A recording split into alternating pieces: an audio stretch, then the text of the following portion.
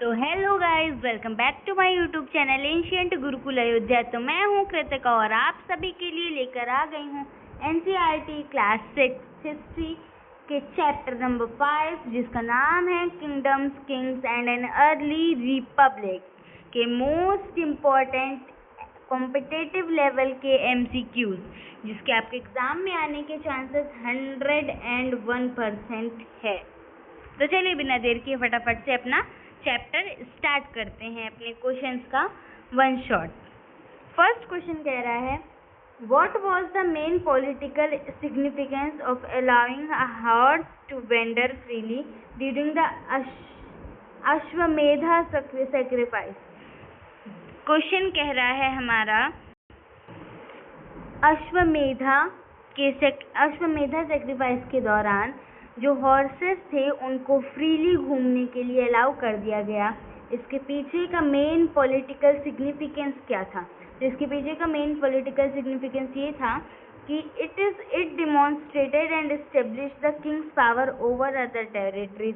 ये जो है वो इस्टेब्लिश करता है, स्थापित करता है और डिमॉन्स्ट्रेट करता है किंग की पावर को और दूसरी टेरिटरीज के ऊपर।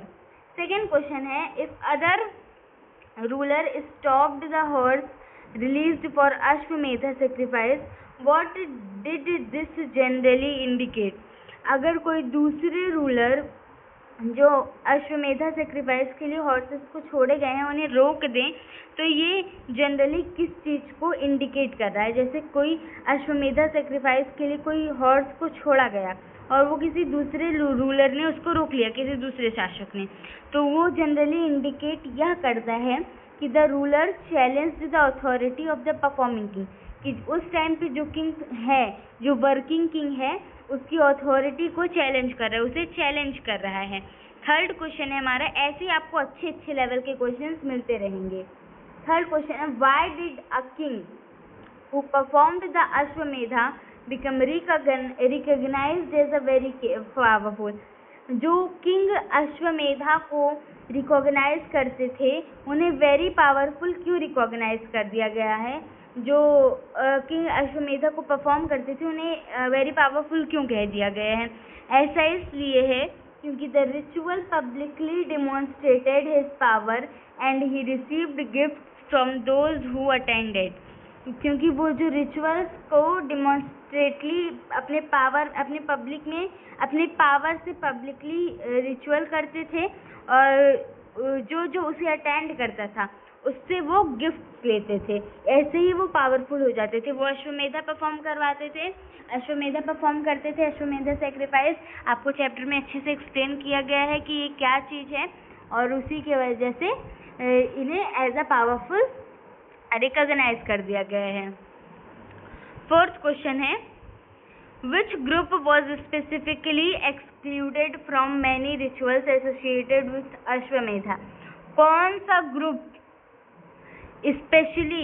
स्पेसिफिकली एक्सक्लूड कर दिया है बहुत सारे रिचुअल से अश्वमेधा के साथ?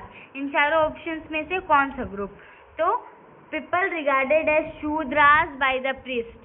जो शूद्र होते थे, 4 टोटल होते हैं, क्षत्रिय, ब्राह्मण, वैश्य, शूद्र। तो शूद्र सबसे नीचे कास्ट के होते हैं, तो ब्राह्मण जो होते थे, जो प्रीस्ट होते थे, उन्होंने ब्राह्मण, क्षत्रिय, वैश्य, शूद्र, तो ब्राह्मण ने शूद्रों को एज अ इस तरीके से रिचुअल से एक्सक्लूड कर दिया है, बाहर निकाल दिया गया है। फिफ्थ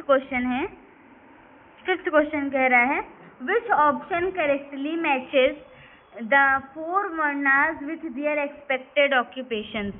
चारों में से 4 वर्णा भी मैंने आपको बताया, ब्राह्मण, क्षत्रिय, वैश्य, शूद्र, उन चारों में से जो ऑक्यूपेशन इन लोगों का है उससे करेक्टली मैच कीजिए।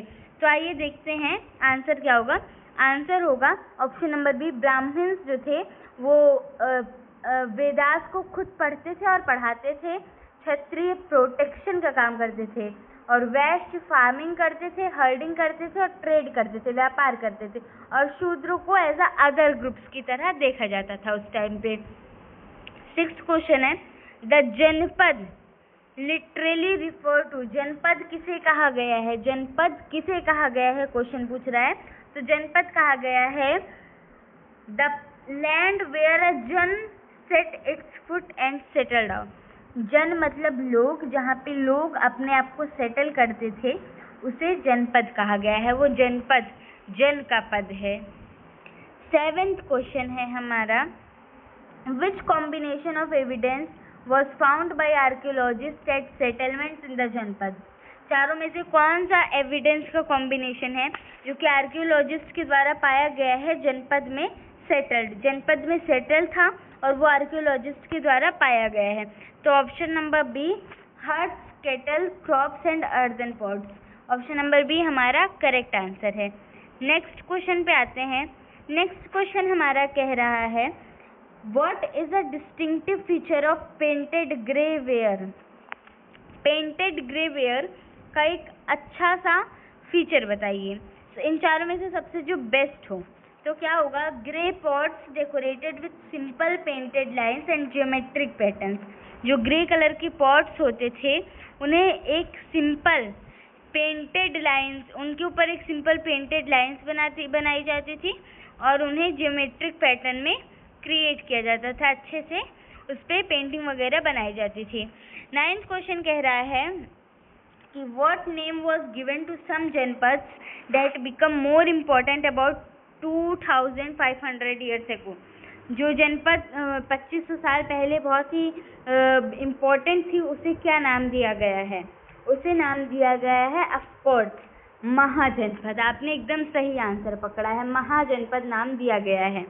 10th क्वेश्चन है why were many capitals of Mahajanapada fortified. Mahajanapada की बहुत ढेर सारी कैपिटल्स को फोर्टिफाई क्यों कराया गया? Because to protect them from attacks and help rulers control the people living inside. जो क्या कहते हैं, जो अटैक्स हो रहे थे उनसे प्रोटेक्ट करवाने के लिए और रूलर्स को, लोग जो अंदर रहते थे उनकी लाइफ को कंट्रोल करने के लिए, यानी कि उनको सेफ रखने के लिए, उनको प्रोटेक्ट करने के लिए। 11th क्वेश्चन है, what does construction of huge fortification walls suggest about organisation of Mahajanapada state. जो बड़ी बड़ी दीवार बन रही थी फोर्टिफिकेशन के लिए, वो क्या सजेस्ट करती है महाजनपद के स्टेट के ऑर्गेनाइजेशन को लेकर के? तो वो ये सजेस्ट करती है कि दे रिक्वायर्ड एक्सटेंसिव प्लानिंग। उनमें एक्सटेंसिव प्लानिंग की ज़रूरत है, बिना प्लानिंग के फोर्टिफिकेशन नहीं हो सकता। लेबर की ज़रूरत है, लार्ज क्वांटिटीज़ ऑफ ब्रिक्स और स्टोन। जब किसी बड़े चीज़ की, बड़े स्टेट का फोर्टिफिकेशन होता है तो उसमें बहुत ढेर सारी planning, labour and large quantities of BRICS and stones की नीड पड़ती ही पड़ती है। सेकेंड नंबर ऑप्शन हमारा इसमें भी करेक्ट होगा, option number second. Now 12th question है, why did Mahajanapada ruler begin collecting regular tax. Mahajanapada के रूलर्स ने रेगुलर टैक्स लेना क्यों स्टार्ट कर दिया? ऑफकोर्स सारे लोग लेते हैं, उन्हें जो उनकी बड़ी आर्मी थी और उन्हें फोर्ट बिल्ड करना था, उन्हें रिसोर्स की ज़रूरत थी मेंटेन करने के लिए, इन्हीं सब चीज़ों के लिए टैक्सेस लेना शुरू किया। Which of the following was not listed as a source of regular taxes in the chapter. चारों में से कौन सी चीज़ें ऐसा रेगुलर टैक्स की तरह पे लिस्टेड नहीं की गई हैं चैप्टर में? तो चारों में से only the member of royal family. Correct answer है हमारा option number D, only the member of royal family was not listed as a source of regular taxes in the chapter. 14th है, what were hunters and gatherers expected to provide to the raja. Hunters और gatherers क्या expect कर रहे थे कि राजा उनको provide करेंगे? उन्होंने क्या एक्सपेक्ट किया था कि फॉरेस्ट प्रोड्यूस, उन्होंने एक्सपेक्ट किया कि राजा जो है वो फॉरेस्ट का प्रोड्यूस करेंगे, फॉरेस्ट को प्रोड्यूस करेंगे। 15 क्वेश्चन है, what was one major agricultural advantage of using iron plough shares. जो एक मेजर एडवांटेज क्या है आयरन प्लग शेयर को यूज़ करने का? ये सारे टर्म्स आपको चैप्टर में एकदम बेस्ट वे में एक्सप्लेन किया गया है, तो चैप्टर जाके अच्छे से पढ़ लीजिएगा। इसका आंसर होगा option number A, they made heavy clay soil easier to turn over. Next question है, what happened in transplantation method of growing paddy. जो पैडी होता है, पैडी मीन्स धान होता है, उसके ट्रांसप्लांटेशन मेथड में क्या होता है? उसके ट्रांसप्लांटेशन मेथड में जो सैपलिंग्स होती हैं उसे पहले उगाया जाता है, फिर उसे फील्ड में जाके बो दिया जाता है। यानी कि आपने देखा होगा कि कुछ पहले उसके ग्रीन कुछ उसके सैपलिंग्स को उगाया जाता है, फिर इसको उखाड़ करके पहले खेत में ग्रीन कुछ उसके बीजों को बोया जाता है, तो उसमें इतने बड़े बड़े पेड़ निकल जाते हैं जब बीजों को बोया जाता है। फिर इनको उखाड़ करके ले जाके किसी दूसरी फील्ड में लगा दिया जाता है। डायरेक्टली बीज से इतने बड़े बड़े धान नहीं मिलते हमें, पहले हमें ये सैपलिंग्स मिलती है, फिर इसे उखाड़ करके दूसरे खेत में ले जाके लगाया जाता है। इसी को ट्रांसप्लांटेशन मेथड कहते हैं। 17 क्वेश्चन है हमारा कि why would rulers encourage agricultural changes such as iron plough share and paddy transplantation? जो रूलर्स होते थे वो एग्रीकल्चरल चेंजेस को क्यों इनकरेज करते थे, क्यों बढ़ावा देते थे, जैसे कि आयरन प्लक्चर और पैडी ट्रांसप्लांटेशन?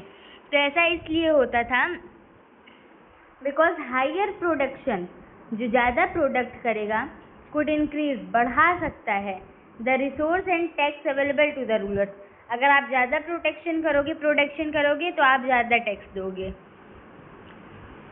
18 क्वेश्चन है, which geographical advantage contributed significantly to the rise of Magadha? कौन सा जियोग्राफिकल एडवांटेज था जो कि मगध को इतना राइज होने में हेल्प करता है? कौन सा था?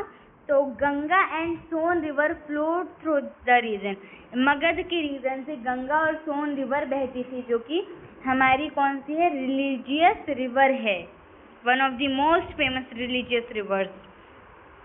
19th क्वेश्चन है, why were elephants living in the forest of Magadha important to its ruler?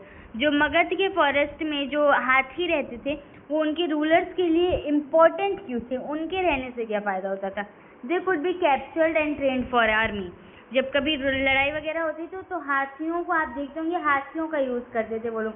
वो कैप्चर किए जाते थे और फिर उन्हें लड़ाई के लिए ट्रेन किया जाता था, आर्मी के लिए ट्रेन किया जाता था।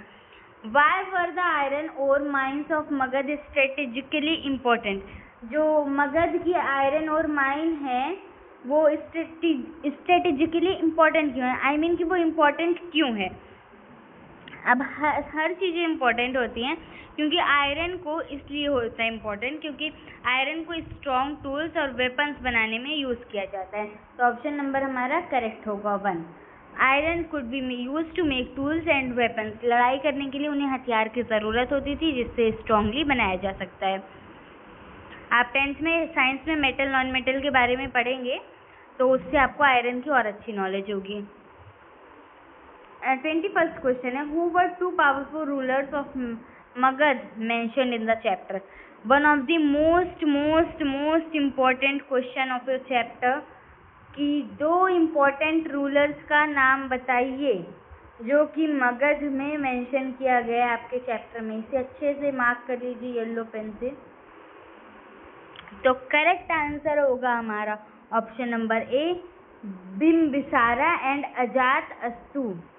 बिम्बिसारा और अजातशत्रु, इसे आप अपने मन और मस्तिष्क में बैठा लीजिए। एक बार खाना भूल जाइएगा पर इनका नाम कभी नहीं भूलना है। 22nd क्वेश्चन है, what happened to the capital of Magadh after Rajgriha के बाद मगध की कैपिटल का क्या होता है? राजगृह के बाद मगध की कैपिटल जो है वो पाटलिपुत्र में शिफ्ट हो जाती है, पाटलिपुत्र में शिफ्ट कर दी जाती है। राजगृह के बाद मगध की कैपिटल को पाटलिपुत्र में शिफ्ट कर दिया जाता है। 23rd क्वेश्चन है, why did Alexander's soldier refuse to march further east after reaching the Indian subcontinent? Indian subcontinent में पहुंचने के बाद जो अलेक्जेंडर्स के सोल्जर्स थे उन्होंने ईस्ट में मार्च करने से, ईस्ट में मतलब अपना वो करने से कि प्रोटेस्ट टाइप का कह सकते हैं, मार्च करने से, जैसे डांडी मार्च होता है वैसे ही ये भी मार्च कर रहे थे, करने से क्यों रिफ्यूज कर दिया? Because they were frightened by reports of vast आर्मीज of Indian rulers. क्योंकि वो जो थे वो डर गए थे। किससे डर गए थे? बहुत बड़ी इंडियन रूलर की एक आर्मी थी, उसी से वो डर गए थे। अलेक्जेंडर को आप जानते हैं, वो पूरी दुनिया पे राज करना चाहते थे, लेकिन वो पूरी दुनिया को जीत नहीं पाई। अलेक्जेंडर के बारे में आप क्लास 8th में पढ़ोगे डिटेल से हिस्ट्री में। तो वो इसलिए डर गए थे बाय द इंडियन रूलर्स की बहुत बड़ी आर्मी से, इसलिए उन्होंने मार्च करने से, प्रोटेस्ट करने से मना कर दिया। Now 24th question है, which feature made the armies of Indian rulers seem especially formidable to Alexander's soldiers? Indian rulers की एक वो फीचर बताइए जो कि अलेक्जेंडर के रूलर्स को डरवा देती है, अलेक्जेंडर के रूलर्स को डरा देती है। कोई एक ऐसा फीचर बताइए। They included large number of foot soldiers, chariots and elephants.